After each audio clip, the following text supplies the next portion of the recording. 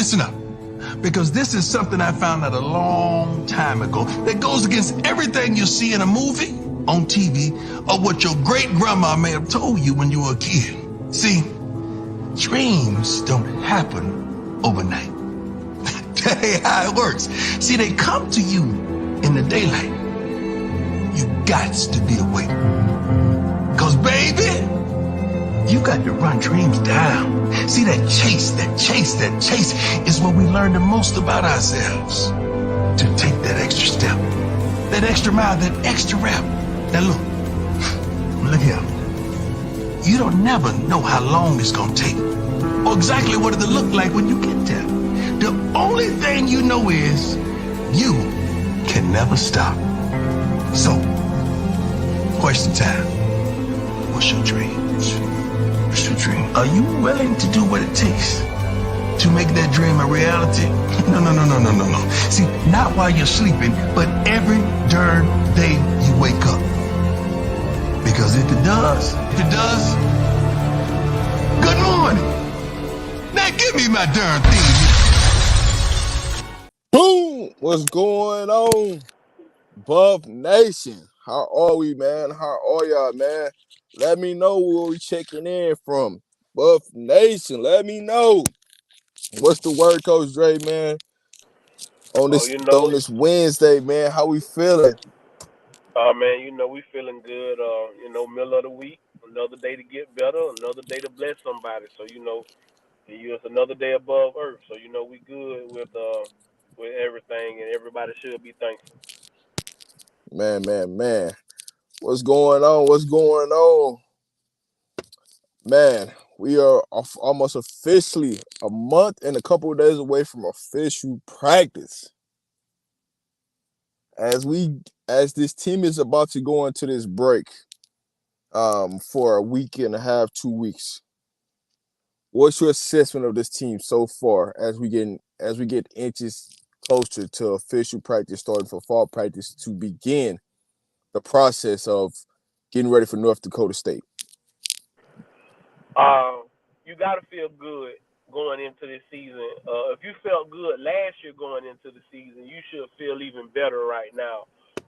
You can tell that the guys have put in the work.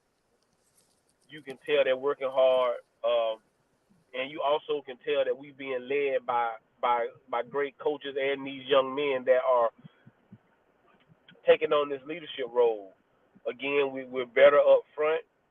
Everybody can see that. Again, I know everybody want to see it with pads on, but you can tell that we're better up front. We're going to be way more physical. We got the best receiving room in the country from top to bottom. When you look at, your top 8 to 10 receivers, I don't think maybe Ohio State could equal that, but I don't think anybody else. Defensive line, you got the great Warren Sapp, you got Coach Lewis, getting those guys ready. BJ Green looks like he's gonna have an amazing season. He's moving inside out, and that's a plus I think for us. The linebacker room looks good, and our secondary should be one of the tops in the country. So going into this break, you just got to build off of that, and I just don't want the kids to take this break lightly. I want them to keep working, keep pushing, getting better each and every day. But going into this break, you got to feel real good about Colorado and what they got going on. Man, blessings to the family out there. Thank you, Miss D Goddess, for the super chat. Thank you for the super chat. We appreciate that as always. Man, appreciate everybody for tuning in. We always gotta thank y'all for tuning in to us, rocking out with me and Coach Dre. Man, we couldn't do this without you guys. It's always been a blessing. What's crazy, Coach Dre? I didn't even celebrate the anniversary of RobDaManMedia. But hey, man, we appreciate y'all because the anniversary was actually about a couple of weeks ago of RobDaManMedia. But we didn't celebrate it. I actually was, tied up doing some things and totally spaced out about it. But man, appreciate everybody that's tuned in, that's been rocking with us since day one. Y'all know who y'all are, and we know who y'all are. So I got something for all the people that from the day ones that's been here since this thing began, since we started. And I can always go back and go back to those shows, from the beginning to know who was there. But with all that being said, the NCAA just approved a new rule for unlimited coaches. How important is that? And what they just did in college football, Coach Ray? Oh, it's absolutely huge. Now all coaches have access and can coach the kids. So now I can go out and hire now a Ray Lewis or hire a Ed Reed and somebody like that and put them in the analyst role, and they can coach these kids and be able to coach them on game day. Analysts usually couldn't coach on game day. They had to be up in the box and stuff of that nature. I don't think analysts could be on the field, and they definitely couldn't be coaching up the kids. But with this unlimited and every coach being able to coach the kids up, now you're going to see power moves by schools. And what I mean by power moves is you're going to see people go out and hire coaches just because for the recruiting and the name. So don't be surprised if you don't see Ed Reed or Ray Lewis, Michael Irvin, guys like that popping up on somebody's college coaching staff, because now everybody can coach the kids. So this is huge. Coach Prime told you guys it was coming. He told you guys it was coming. He was a forward thinker, and I think he was revving himself up for that so he can do that. But that's big for every school, because guys that's in the NFL who have made the money, the pay isn't gonna be the problem.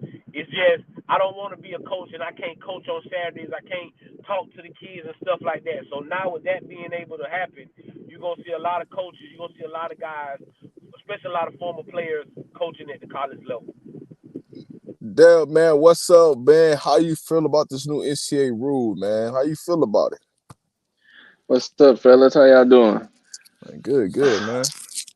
Man, it's great. I mean, it doesn't just benefit Coach Prime, because anybody, just across the landscape now, every school has the ability to go out and just get extra coaches, and it may not be high profile NFL guys, but it could be, former college coaches or just even, anybody. So it's good across the board, but especially for Colorado because he does have that Rolodex of contacts, former NFL players, former Hall of Famers, former college coaches that coached at a high level. And you could see he kind of, again, like Coach Jay said, he kind of, he knew it was coming, and maybe he even had a little bit of insight to know, like, hey, this is going to happen, because we heard that it might happen.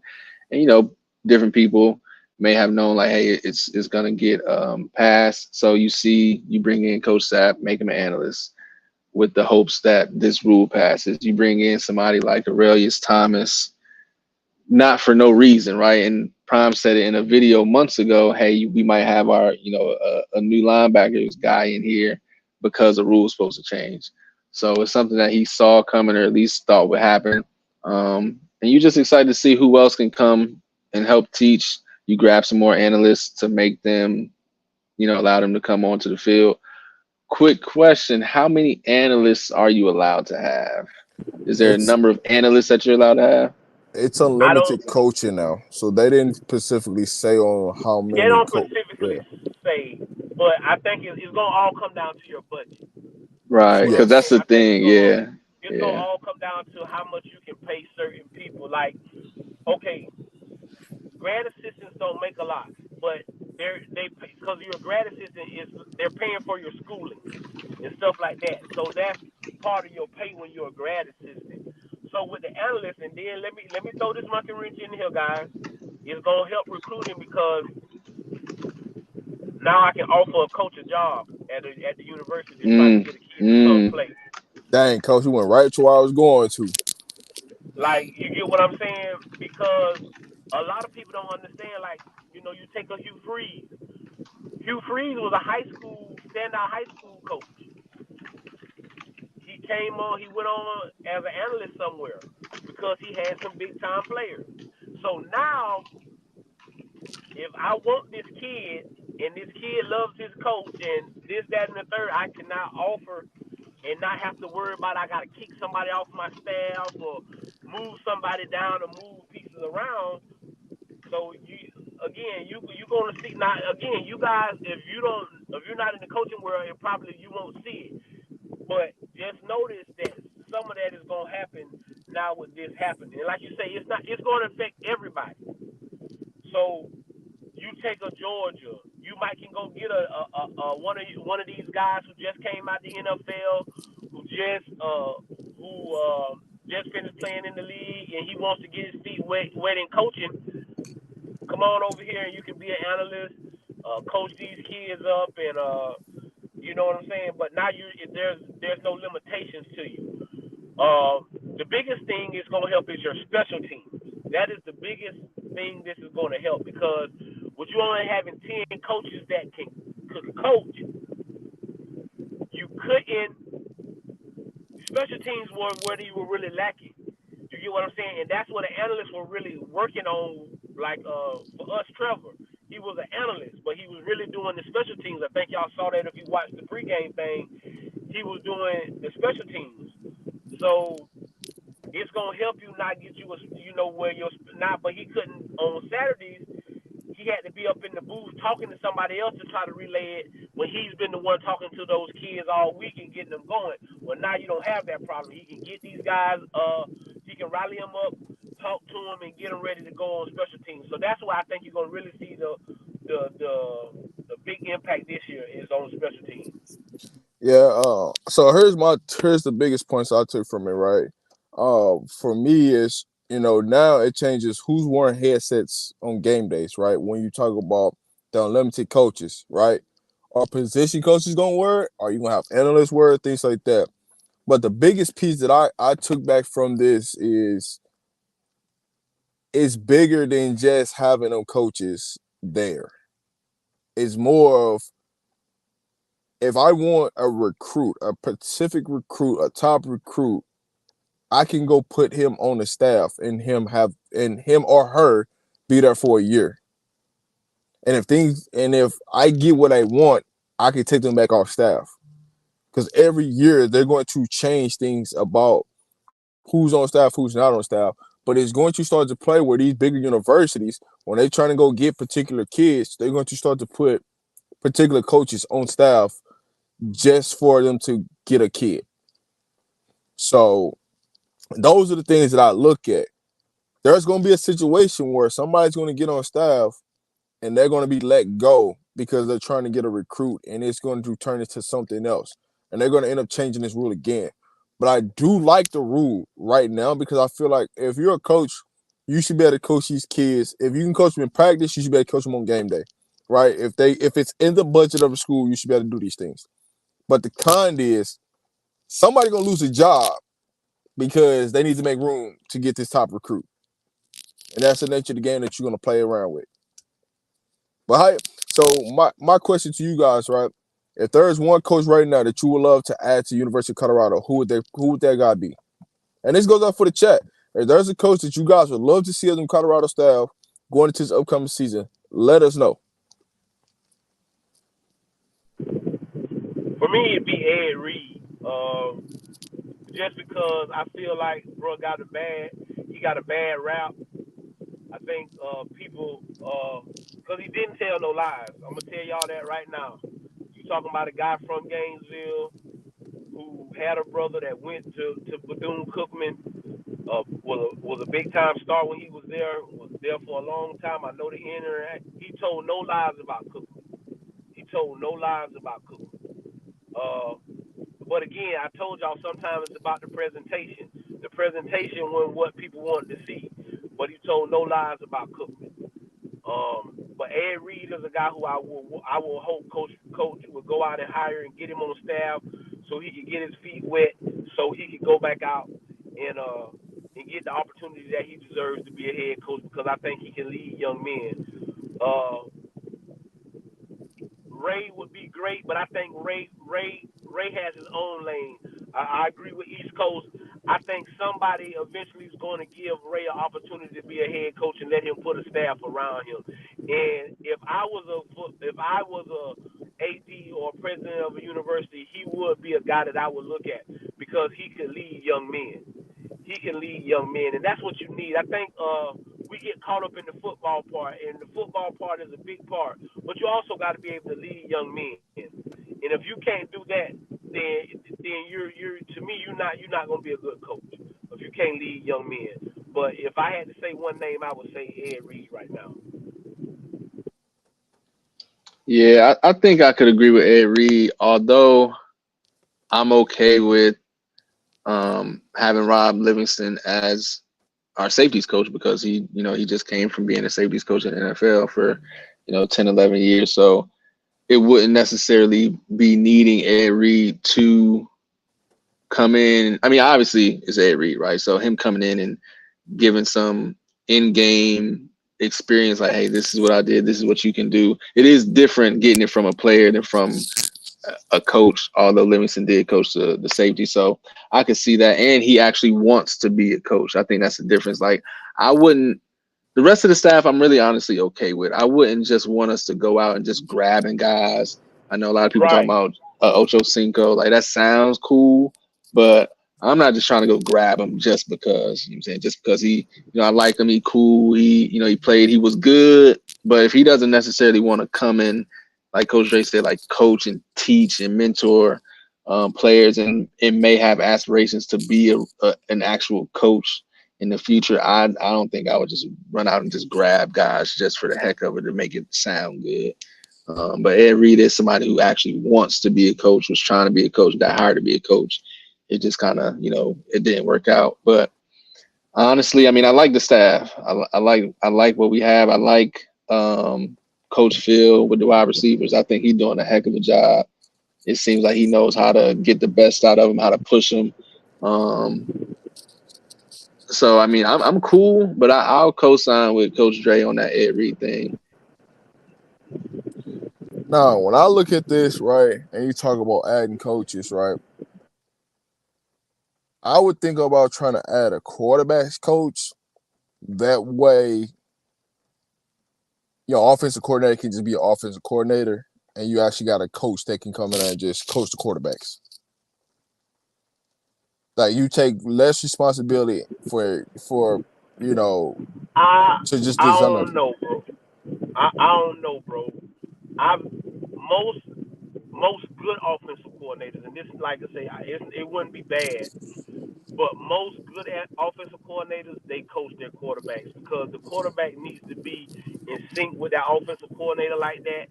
So now you're putting, like right now, Daryl is there just because he's Shador's personal quarterbacks coach, and he gets. I've seen him go into meetings and stuff like that. But my thing is, I need him to be in sync with me, like our conversation, So I don't know if that assistant a quarterback coach, yes.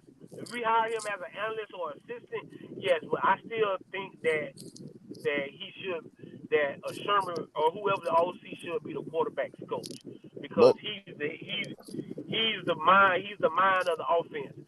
And like I say, when you got a quarterback's coach, sometimes what he's saying and what the offensive coordinator is saying, sometimes it might be different in words, and sometimes that can confuse people. What's up, Dino? What's up, baby? Appreciate you coming by and rocking with the boys. If you want to pop up, man, bro, drop the link so you can pop up and rock with us. What up, Big LT? No. So follow where I'm going. When I'm talking about Pat Shurmur and getting a quarterback coach, I'm talking about a quarterback that played for him out of the NFL that's no longer playing. They can come in and help Shador with his offense, right? What he's thinking, his play calling, his decision making, things like that. That's more around what I was talking about. Not just some random Joe coming in because we don't need that. But if you got another person that speaks that same lingo or the same language that Pat Shurmur is from the NFL that's been in his system with Shador, I think that can help him go an extra mile. That was more what I was thinking about when it came to like the quarterback room far as if we was to add another, coach on the offensive side, that's what I would be looking at. Or will we go get some help for the tight end room, right? Those are the two areas that I'd be looking at. Because you can go any way. It's unlimited coaching. We can go any way. I know first thing everything pops out, everybody think about the defense. Like, man, let's go hire more defensive coaches. But man, what if we can get an offensive line tight end or a quarterbacks coach to come in and step in?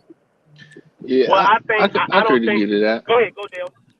No, I was gonna say I could agree to that just because Bart alone, this is his first year. Not that he doesn't know what he's doing, but maybe get somebody in there with a little bit more experience to help him out real quick.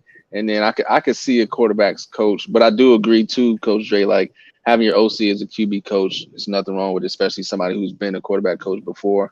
But I wouldn't be mad at adding another guy. But every other position, like I said, I'm kind of okay with. I mean, we beefed up on like the defensive line and linebackers room as far as coaches go. Like we went crazy with adding, So when I started looking at, all right, let's look at the offensive side. Dang, we ain't really added nobody on the offensive side. You know what I'm saying? Well, could we did. use?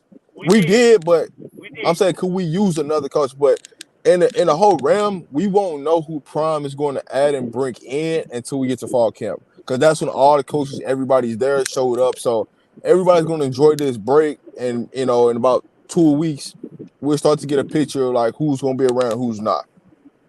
Well, because I think we have an analyst in the running backs room. I think Flea has an assistant because again, when I watched the pregame thing when they showed the women's clinic, whoever that guy was, he was in talking about the running backs. I can agree with you guys when we talk about the tight ends. I don't think we need another offensive line coach because I think we got one. I think the guy from IMG, I know he has a different title, but every time you see him, he's over there with the offensive line. So I'm good. Ooh. I think I'm good on. I'm good with the offensive line. I don't really want nobody to take field voice. So I would be real, like if it's an analyst to come in, I tell you what, I would take T.O. right now because I like the way T.O. came in last year when it was Bartoloni and he didn't try to step on toes. He just, he talked with the kids and things of that nature, but he didn't step on toes. And that's the one thing about bringing a lot of guys. You got to get the right mixture of guys because if you don't, we get the same. We get the same what we got last year. Well, T.O.'s a perfect. What we got last year. T.O.'s a perfect marriage because he understands, Coach Phillips. He's been around him. He knows what he's going to teach. He knows his philosophy. He knows he can come in there and be a voice. So having T.O. there, that's just a smooth transition. Hey, shout out to Dino. Shout out to y'all boys, man. Salute, man. Thank y'all for pulling up on us. But when we go into, talking about T.O., it's just a perfect marriage for him to be at Colorado. You might as well, as much as you're there, you're going to be there for all camp. You might as well just go ahead and get a quick little check. You know what I'm saying? Hang out, man. Be up there, spend some time. So people like that's always up there. But what do y'all think about Pacman? What do y'all think about Pacman at that corner position with Coach Mathis? And you said it too. So like I said, I don't want to grab a whole bunch of different people, but T.O. is a guy who he's there often, right? He's there. When he's there, he talks to the wide receivers, and then he just kicks back. He on the sideline. Like you say, he don't overstep. He's not doing too much. And from everything that you see or hear from him, it does sound like he's into teaching young men and trying to get them to learn and hone in on certain stuff. So I could see how that would be beneficial. And again, just to kind of give you in-game stuff, like, all right, I did this, I did that. Bigger body receiver, you can do this. Pacman, I like Pacman because he has that relationship with Prime since forever. He got a relationship with Pat Shurmur, with Rob Livingston. So, yeah. So, and again, with a lot of the players too. So he's somebody who's often there, somebody who, they pull up on the FaceTimes and, he gets to come and speak with the team. So guys who've been there, like in the league, but actually have real relationships. Like Prime always says, it's about relationships. I don't just want to grab somebody just for the heck of it. So I think those two would probably be the top of my list if I had to bring in somebody. And I like the Ed Reed thing too, even though I think we should be straight at safety. But I like that. I like those two. I'm gonna say this Yeah, before I Coach. I'm gonna say yeah. this before Coach Ray go. If you add Pacman, there's a couple of recruits that are coming to Colorado instantly. But go ahead, Coach Dre. I mean, Pacman, but when we think about that, I think that's why he might wait. He like Pacman might wait a minute, but like I'm with Dale. If it's two guys right now that I would feel really good about if they came out after these 2 weeks and said, hey, we like to announce that we hired T.O. and we hired Pacman or Ed Reed, I would be good with any of those. Like you said, we don't need to go out and hire 5 more guys. Like I said, we talking about 2 or 3 guys I think that coach would hire. And it gotta fit. It's gotta be a fit for him. It's gotta be guys you trust. And guys that as a head coach, you got to get guys that's willing to go out here and put it on the line for you. Because at the end of the day, I keep telling people, head coaches sign up to share the fame and take the blame. So you got to go out and hire guys that want what's best for this program and for you as the head coach. And we know that T.O. and Pacman, Ed, they want that. And so that's why I wouldn't be upset under those guys. But everywhere else, I feel we solid as a staff right now. You see the kids working, and you can see, like I said, you can see the difference in the offensive line and what Logos has brought to this team, and that's just great accountability. I can't say enough about Coach Logos. He doesn't talk much, but he carries a big stick. And then like you guys can vouch for that. I told y'all the loudest person just because you're the loudest person in the room, don't mean you the most important person in the room. That person that's sitting back in the corner that ain't saying much might be the person really pulling the trigger. Just because this guy over here making all the noise don't mean he's pulling the trigger. And Coach Logos, like I said, he walked real light, but he carry a big stick, and you can see that in Benson, Mayers. Great one-on-ones yesterday. Again, guys, I hate to go here. I just feel we need to put Tyler Brown in center because in these one-on-ones, I just ain't been liking the way my boy been looking. Now, he been putting up a fight, but this about the second week in a row I done seen a man extend his hands and drive my dog all the way back to the quarterback, and that just can't happen.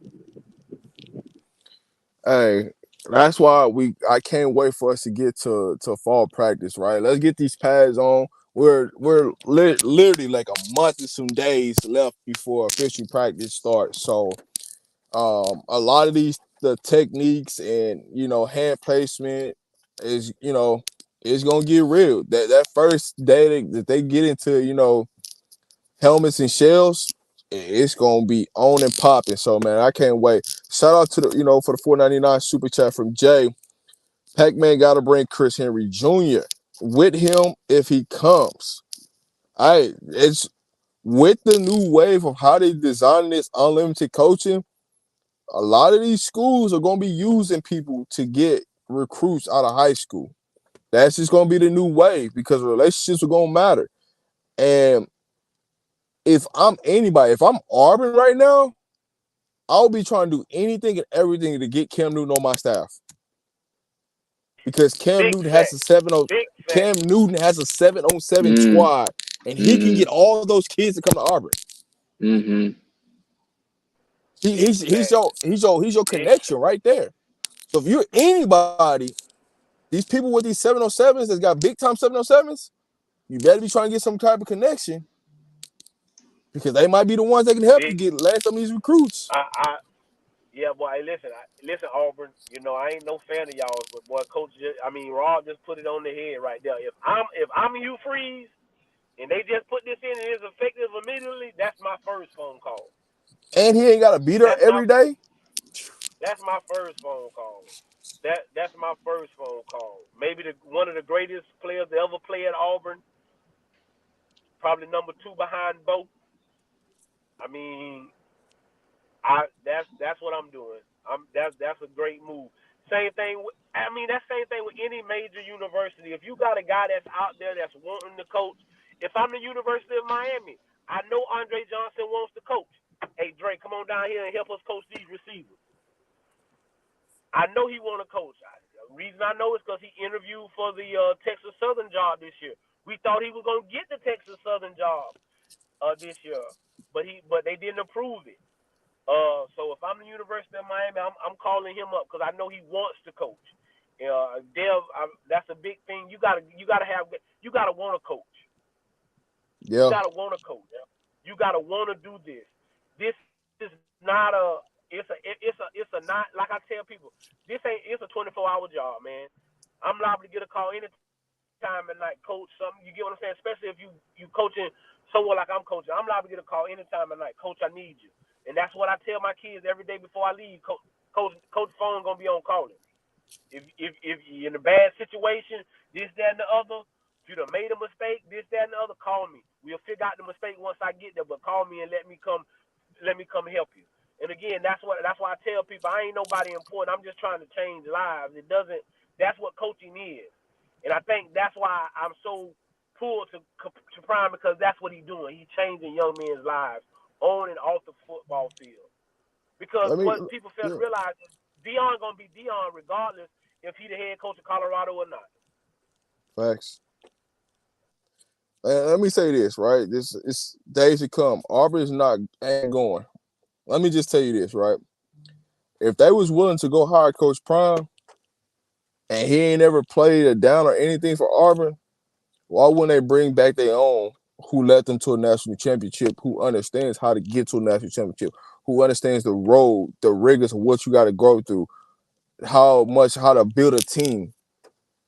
Why wouldn't you?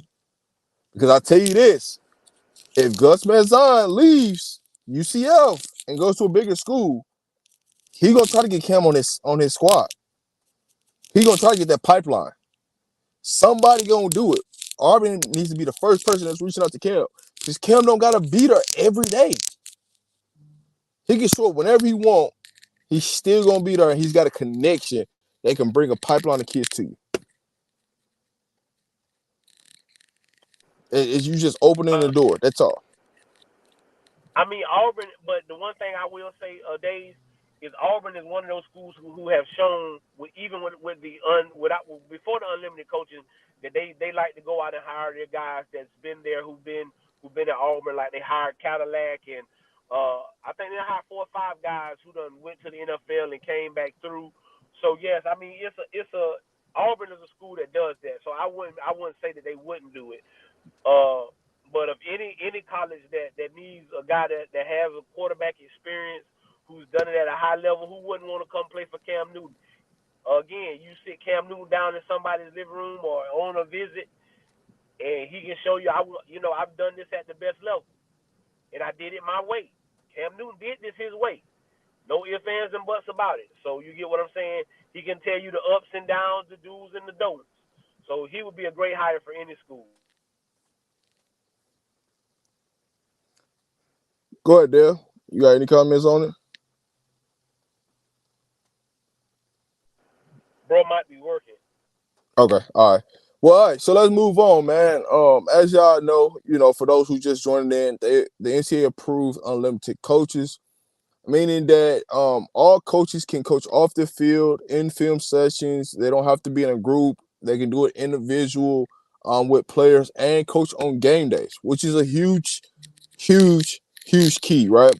So a lot of things can change on game day as far as who wore headsets, how many coaches, you got traveling with you, all those type of things change. So this is a new way for what they're doing in college football.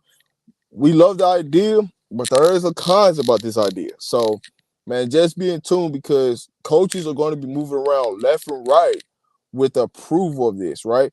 Think about any coach that's on a staff that wanted to go to a certain staff that couldn't go because they didn't have no room, and now they got room for them, right? The season ain't started yet, so that means coaches still can move. So I'm not saying coaches will, but now that you make this rule, some coaches can leave where they at and go to a new decision, to a new place, before fall camp that starts in about a month. So as we get closer and closer to this, to this NCAA football season, you're starting to see a lot of changes, a lot of rules being in place. There is another rule that the NCAA is trying to approve, and that's to move up the new signing day. I don't think this is going to get approved for this season. It's going to get approved for next season. But they're trying to push up having early signing day in July to get the people that commit early to sign so they don't flip by December. How do y'all feel about recruits being able to sign early? So let me ask this real quick. Will that, because you can still sign and still get released from your national letter of intent. So I think it's good because maybe kids will feel more locked in. Because once it gets to signing day, it's kind of like, hey, I'm locked in. Like it is what it is. Not often do you see kids flip after they sign. I mean, it's happened a couple times recently, but that's rare. So maybe if they're still as locked in as they are after they sign in December, if they sign in July and they're still as locked in as they do in December, then I'm cool with it. But if it doesn't, if moving it up is just like, I mean, So I can here's still, so here's the new wave of things, right? It does not matter who you sign with in December. Because if I go there, I work out, and I don't like what y'all telling me and things aren't the same like y'all said it was, I can leave in the spring. Because it's unlimited transfers. So moving it up in July is just, hey, you can lock in your money. You know what I'm saying? You can get your money, right? Versus, because really what's happening is a lot of these kids are getting paid just to commit, just to say this, right? But there ain't no loyalty to that commitment because if you only pay them a certain percentage or you don't pay them all the money, they can still bounce before early signing day. yeah. You know So what? I think maybe too, to your point where it's like, hey, I sign, I get there. It's not like y'all said it was gonna be. Whatever the case may be. Maybe for the kid or for the young adult or whatever the case may be, signing in July and then being able to see the football season, how it goes, being able to see what it feels like on campus really during game days whenever you still able to get on campus. And now if you really want to flip come December, because a lot of those kids, we know they enroll early in January, I think that kind of gives them more time to evaluate and really, really, really, feel confident in their decision and see how the season goes, see what the school looks like, and make sure, like you said, my business is straight. Like, all right, I'm signed. I plan on being there in January. We got my business right, cool. And if it doesn't go well for the school, it's not like, man, I got you here in January. You're leaving in April, May. So now I got to find someone else. Or if I'm the other school, I got to get you caught up. So I think it's beneficial for everybody, actually. but it Well, still doesn't this change the coach getting fired, and then that recruit gonna be it, gone anyway. Right. Yeah. I here's mean, but this it gives them time. It gives them time to. here's the whole thing. Right now, what you see in high school is a lot of the 25 kids right now this month, because it's the dead period. Everybody done went on their official visits this summer, right? You see everybody committing. Every day, somebody committing. I'm going here. I'm going there. I'm going here. High school coaches are really pushing for this early signing day in July because kids can't focus. It's your senior season. High school coaches still got jobs on the line, right? And this kid worried about where he finna go, how much money he finna make, da da da da da da, and he doesn't know where he's going. Now, if I let you sign in July, like right now, if you could sign, the kid who just committed, he could sign right now. He's officially above, right? Like y'all said, he comes in January, he goes through spring practice. If he don't like it, he can transfer. But you take that stress off of these young men because a lot of these kids, they want this to be over with, guys. As much as they like it, they want it to be over with because your phone don't stop ringing. Even when you commit, it makes the phone ring more. Because now, just because you committed don't mean, and I think that takes away from all of that. Because kids commit, and all it does for other schools is make them go harder.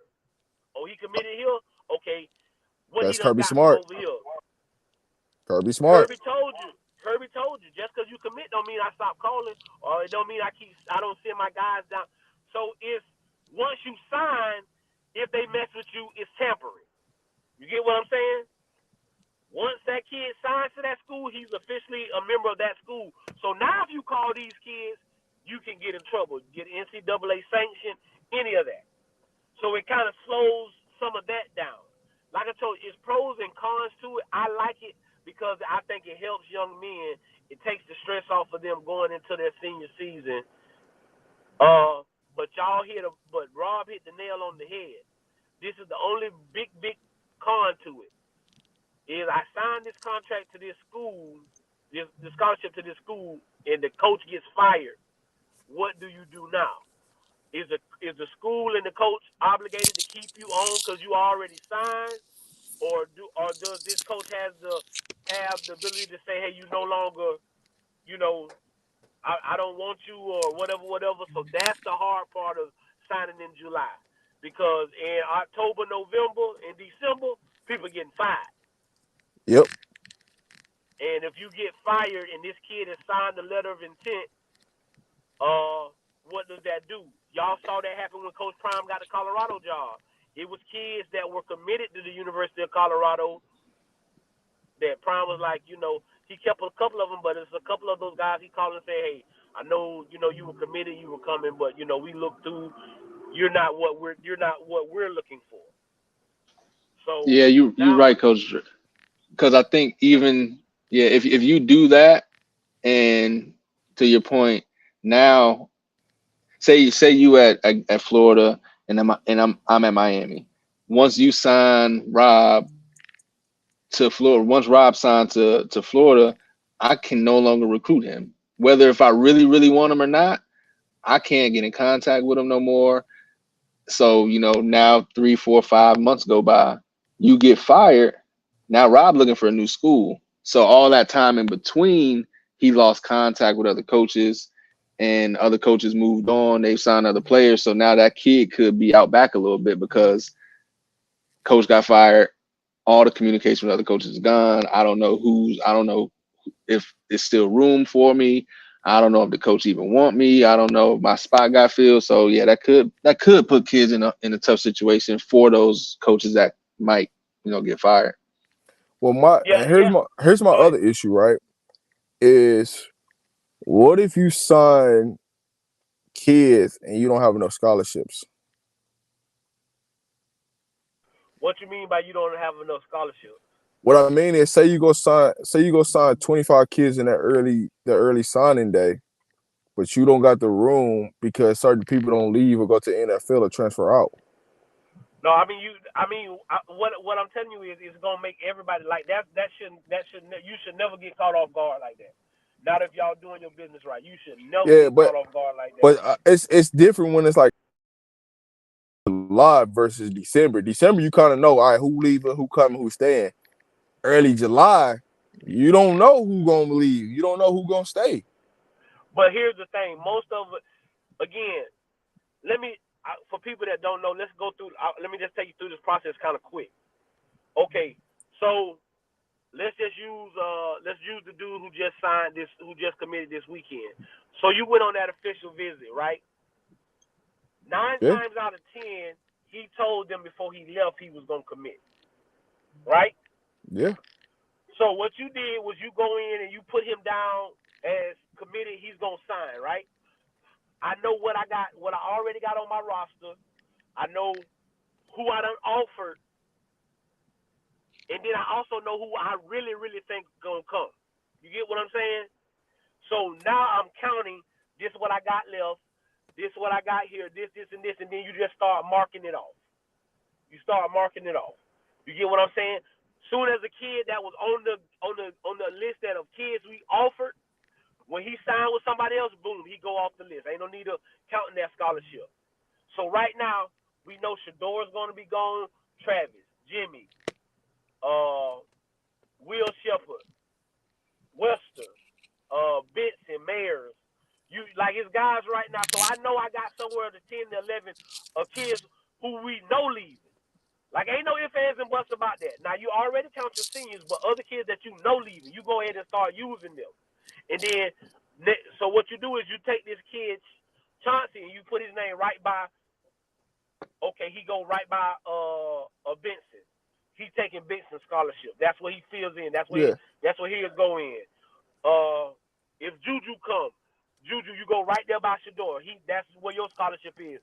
Boom. And so bro, I'm be honest with you, you should never get caught saying I done signed too many kids. Yeah, and the reason why I'm saying this, right, and the reason why I said that is because the NCAA also is trying to approve to eliminate walk-ons. This is why I'm saying this, because somebody gonna get caught slipping. Well, that's one. Go ahead, Dale. Go, Dale. No, I was just gonna say, I think in that situation you would almost only count your seniors, and then the juniors that you know was right there on the bubble of potentially being able to get drafted anyway, and that you feel like, yo, he should have a big year, but you almost could only count your seniors, and then a few juniors that you know should ball out, and then anybody else that ends up leaving, that's just a plus. I think that's what it would kind of have to go down to. It's like, hey, I know this guy has no more eligibility, and I know these 4 or 5 dudes should ball out, so we should have 16 spots. Almost guarantee. Anything else after that is cool. If somebody mess around and get injured, just kind of you have to leave yourself some room. Like, all right, let's bank on 20, but we really feel like, we feel like 20 might leave, or let's say 15. We feel like 20 might leave, but we'll only try to bring in 15 just in case something happens, and leave ourselves room for, a little 5-person error. Yeah, that's the reason why. And that's the reason why I'm asking these questions, because I know what what the layout is. I just wanted to talk about it, have some dialogue about it for the people that don't understand what's going on in college football. That's just seeing rules being approved, but what does it really mean, and how can it affect college football? Right? There are certain things that can affect football to a different level than most people expect. Like walk-ons are huge in college football, especially when you have injuries, when players you have a little nagging injury that you might need to sit out practice. Like walk-ons become huge. So if they eliminate walk-ons, now how many scholarship players are on each roster? Because now it's really going to be about roster management, and now you're creating that GM role of like an NFL role. Like you have to manage. Somebody's got to manage the roster outside of the head coach, in a sense. I don't know if he got to manage the roster. He gonna have to. This is what it does. What they're trying to do, guys, is they trying to eliminate the preferred walk-on. And the reason they're trying to, like the regular walk-on kids, like the kids like Charlie Alfadal, kids like that, they're okay. The NCAA was okay with them. It's what Florida, when it really got bad, is what Florida's doing right now with old boy, Kermani, which is you prefer walk-on Kermani. Anybody in their right mind think Kermani paying for anything at the University of Florida? You see what I'm saying? We know that ain't happening. Let me say this. We know what's up, but not everybody else know what's up. Well, go ahead, Coach Ray. But that's what I'm saying. So what they're trying to do is trying to take away that aspect of y'all trying to get over. Y'all still getting top-notch athletes here as preferred walk-ons and paying for them, and y'all getting the best of the best. Y'all getting y'all cake and eating it too. Well, what we're gonna do is we're gonna take this away. Every kid on your team got to be on scholarship. They probably give you. They are 85. They probably give us 10 more, maybe 20. At the most. So the college roster will go from 125 probably to 95 or to 100. That's as best as it's gonna get, and that's not good. Like Rob said, that's not good because what people don't understand is those walk-ons provide a service. They're the scout team. When they go to meetings, they go to meetings to watch the other team and see what they good at. So hey, this kid this week you're gonna be the quarterback because we got a running quarterback. He can do this and this, this and this. So you're right. It takes away from the team aspect of getting better because now I do have to manage, watch who's on this team, who's on that team. Now your third team, your third stringers are also going to end up being your kids that you got to use as your scout team, and you don't really want to do that, but that's what the NCAA is trying to push it to. So it's just I hope they don't do that because it's going to also hurt some high school kids because it's high school kids that get their opportunity by walking onto a program. And so this is going to hurt some high school kids. So I really hope that they don't pass this. But I got a strong feeling they is because they trying to stop certain stuff from going on and stop the way some programs are operating. But I hope they don't because it's going to hurt high school kids. And that's the point where I'm getting to. How it's going to affect the high school rank and how you recruit, and then you're trying to push for early signing day. You know, it's starting to turn into micromanage every single thing that happens in a layer of college football when it shouldn't be that way, right? I get it. What you're trying to do is you're trying to make it even across the board, but you're never going to make it equal across the board for every university because every university got some stipulation on how to get into their school. And so you want more parity in college football because you made a 12 team playoff. So you try to make it more parity for more teams to get in and you're out, and you don't see the same teams. And that's what this is all about in reality, is we want these mega conferences and we want parity so more teams can get in so we can create more excitement and more buzz to college football. No doubt. I mean, it's all about the dollar is what's pushing everything.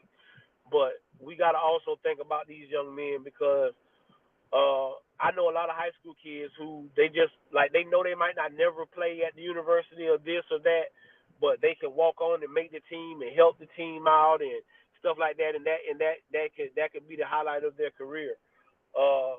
So I just hope they don't do it. But like I said, I got a strong feeling that they're gonna pass it because they're gonna cut down some of these scholarships, and we'll see what it comes to. But college football is big business, and it's always been big business. Now it's just is open for the public to see. It's just open for the public to see.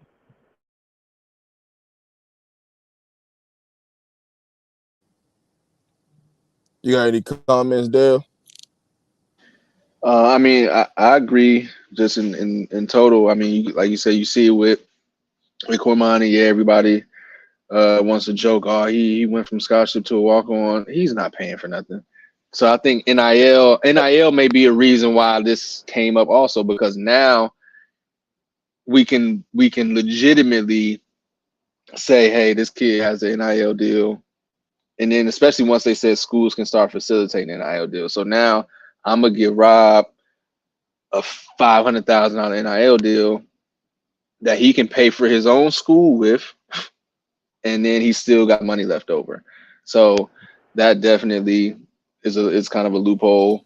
Well, And then I think for the high school, but go Dale, just ahead. think about from this side. What if the kid already got the GPA and everything to qualify for academic scholarship? Okay, yeah, So what yeah, is the kid really paying for? He not on the football side, but on the academic side, yeah. it's taken care of. But we still finna throw you some NIL money to make sure you good. hmm I'm gonna throw you a little house over here for your family. You This, know that, and the what? third. Oh, yeah. I didn't even think about it like that. Like you said, those kids Hey who, Dev, yeah. you just opened why they really trying to get rid of it because you take a kid like Travis Hunter who got a damn near 4.0 GPA.